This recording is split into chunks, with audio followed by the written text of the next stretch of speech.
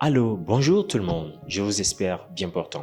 Alors aujourd'hui, nous allons répondre à une autre préoccupation, comme vous le savez déjà. Toutes les questions, vous me les posez en description de toutes les vidéos que je partage et comme ça, je prends le soin de répondre à toutes vos inquiétudes qui peut aussi être, comme le cas de cette question qui me paraît assez pertinente, être la préoccupation de millions de personnes à travers le monde. Alors aujourd'hui, nous allons répondre à une question qui m'est parvenue dans la dernière vidéo. Donc, Actions et obligations, en quoi faut-il investir réellement? Alors, restez connectés, la réponse c'est tout à l'heure. Alors, la question c'était de savoir, entre actions et obligations, en quoi doit-on investir réellement?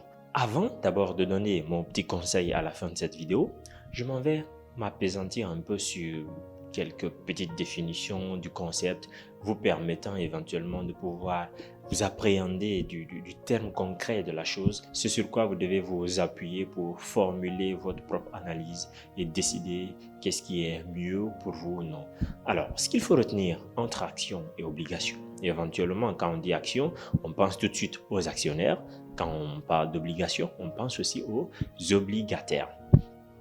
Ce qu'il faut retenir d'abord, la chose commune à ces deux concepts, c'est que action et obligation sont tous des titres.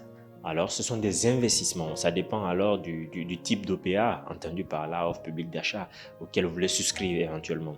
Une action est un titre, est un investissement au même titre qu'une obligation qui donne à son propriétaire le droit de jouir de tous les avantages que procure ce titre-là dans une entreprise au sein d'une boîte donnée.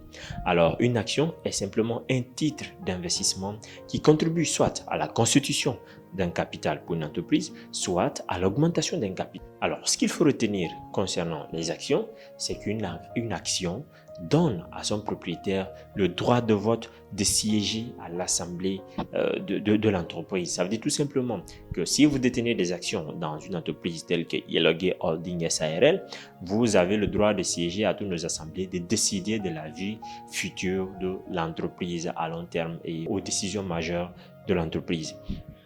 Tandis qu'une obligation ne vous donne pas ce droit, mais toutefois vous donne une certaine garantie, peut-être beaucoup plus meilleure ou aisée par rapport aux actions. Comme vous le savez déjà, en entreprise, on dit participation à la perte et puis partage du bénéfice. Et à bénéficier des dividendes, c'est-à-dire la rémunération qui vous reviendra en tant qu'actionnaire, et tout comme à participer aussi à la perte. Ça veut dire que si l'entreprise est sombre, on partage en fonction bien sûr du prorata de nos apports. Si nous apportons 50-50, s'il y a perte, s'il y a faillite, nous partagerons aussi la perte 50-50. 50-50 le bénéfice que l'entreprise pourra générer. Mais ça dépend éventuellement de ce qui est dit dans le statut.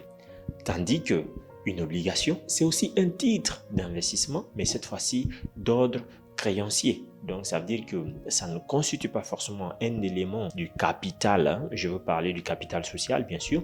Une obligation, à l'entame, vous n'allez pas siéger au conseil d'administration de l'entreprise, mais sauf que là, vous êtes détenteur de titres investis dans cette entreprise et donc, ça vous donne le droit d'obtenir des intérêts, des primes liées aux obligations que nous partons en faillite, que nous générons des bénéfices ou que nous fassions des pertes. Vous avez droit à toutes ces primes qui ont motivé votre souscription au sein de notre entreprise. Alors, voilà tout ce que vous pouvez retenir en matière d'actions et obligations. Si vous devez investir, en quoi allez-vous investir? Dans des actions pour enfin bénéficier des intérêts ou participer à la perte si l'entreprise fait faillite, participer à l'assemblée générale de l'entreprise ou en des obligations et puis vous vous en foutez également de la vie de l'entreprise. Ce que vous voulez, c'est vos intérêts.